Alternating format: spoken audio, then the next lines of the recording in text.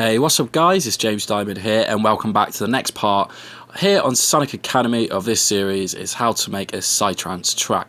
In the last episode we looked at the bass line and how to use a bass sample rather than a synthesizer to actually create the bass sound itself, and we looked at the EQing to really kind of stand out these individual frequency notes and then merging it in with the kick. So the one last kind of final section to this to the kick and the bass is that I'm going to now add them to a kick and a bass bus. So it's going to be like an auxiliary bus on say Logic or Cubase, and we're going to link these both to a single channel. So the way that you do it on FL, if you didn't know, is these little markers here. It starts off, every single channel starts off with this little marker on the master. This basically means that this channel is routed to the master channel. That's its output. I'm going to change the output so it comes through channel 5, and that's just simply by clicking off and then clicking onto the little upwards arrow there. And now they are both coming out on channel 5. I'm just going to rename this kick and bass bus. And now if we play it, you see I've got control of the kick and bass bus through this one channel. There's various different things that you can now do at this point. You could possibly put some saturation on by using a saturation plugin. The FabFilter Satin is really great. There's just a clean tape setting on there. That's literally all that I would put on it. You can find some other free plugins out there as well. But for the sake of this video and trying to use internal effects, I'm not going to do those, but I am going to show you a way that I like to go about doing this. So I'm going to add on a compressor, and I'm going to be using the Slate Digital FG Red, which is a great compressor. This is modeled on an analog compressor, and they've kind of created the software version of it. It's absolutely amazing. What I'm going to be doing here is I'm basically going to be compressing the kick and the bass together to kind of meld them together a little bit more. It's an advanced technique that you'll see many different kind of professional engineers and producers do to really help their kick and bass sit as well as they could do. So what I'm going to do is I'm going to go to my kind of standard ratio, which is 4:1. What I'm looking for here is a reasonably fast release, a reasonably slow attack because we want to allow some of the kick and the transients to come through. It's got a great drive button, toggle, so you can push it through the compressor a little bit more. And then, as I showed you in the kick video, it's also got this high pass filter, so everything under the frequency here will not be compressed. And then it's got this mix section here, which you can control the amount of compression that you hear. So we're going to leave it at 100% for the time being, and I'm just going to bring back the threshold so we can hear exactly what it's doing.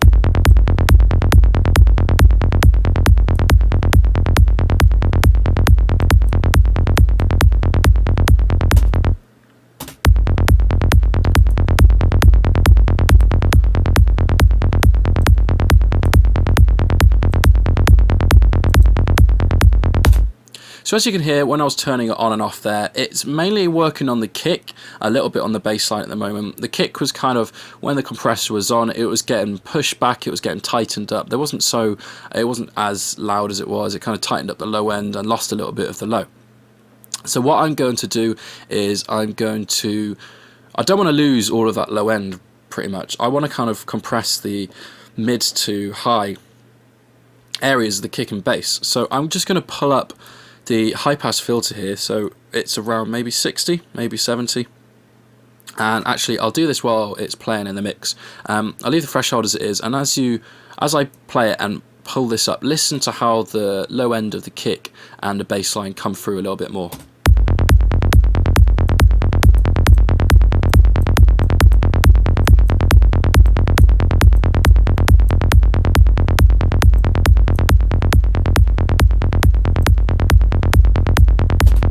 So you can hear there that when it was down, when it was off, there's kind of hardly any low end anymore.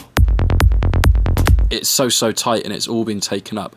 So I'm just going to bring this to around maybe 60, I'm not sure. I'll have a little listen and see how it sounds.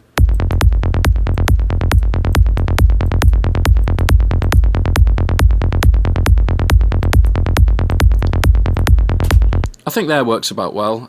So it's compressing everything above 54 hertz, so everything below, it's like the super low frequencies, they're being left untouched. But as we were looking on the previous episode, we were boosting around 87 hertz for the bass line, so that's kind of going through the compressor. If I just toggle this on and off so we can hear the effects.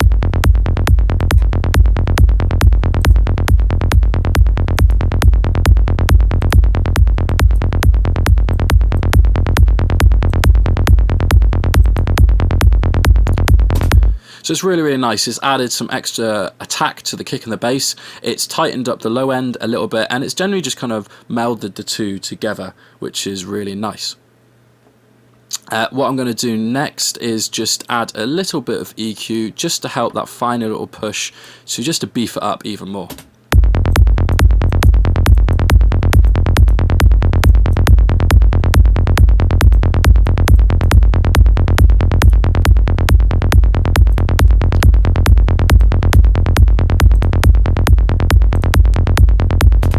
So that tiny little boost there on the low end, so that is, how many dB is that? It's like 1.5 boost of dB. That's really just giving it that little bit extra edge on the low end. So if I hit the effects toggle here, this is going to turn off all of the the compressor and the EQ. So I'll have a listen to the before and after. So this is with everything on, and then I'll toggle it off and on again.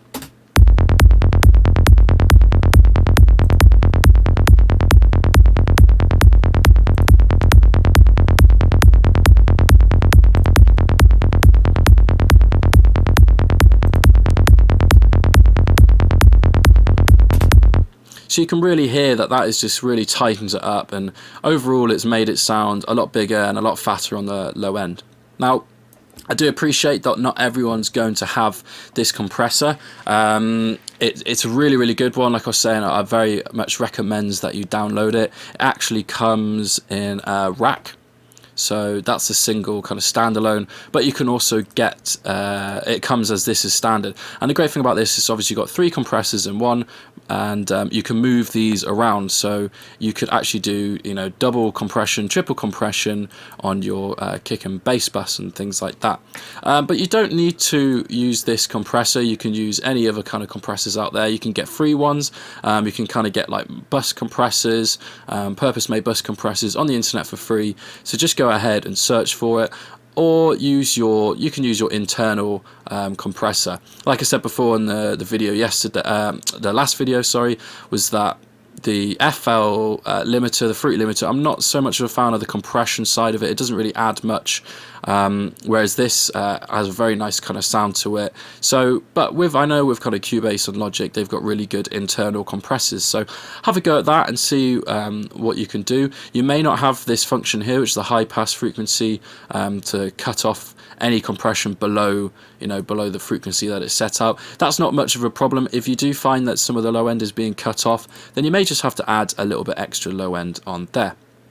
So I hope that was helpful. It's a little bit of more of an advanced technique, but as you can hear, it really just adds that little bit extra, which is going to help the kick and bass sit perfect in the mix. Alright, thank you very much, and I will see you in the next episode. Cheers.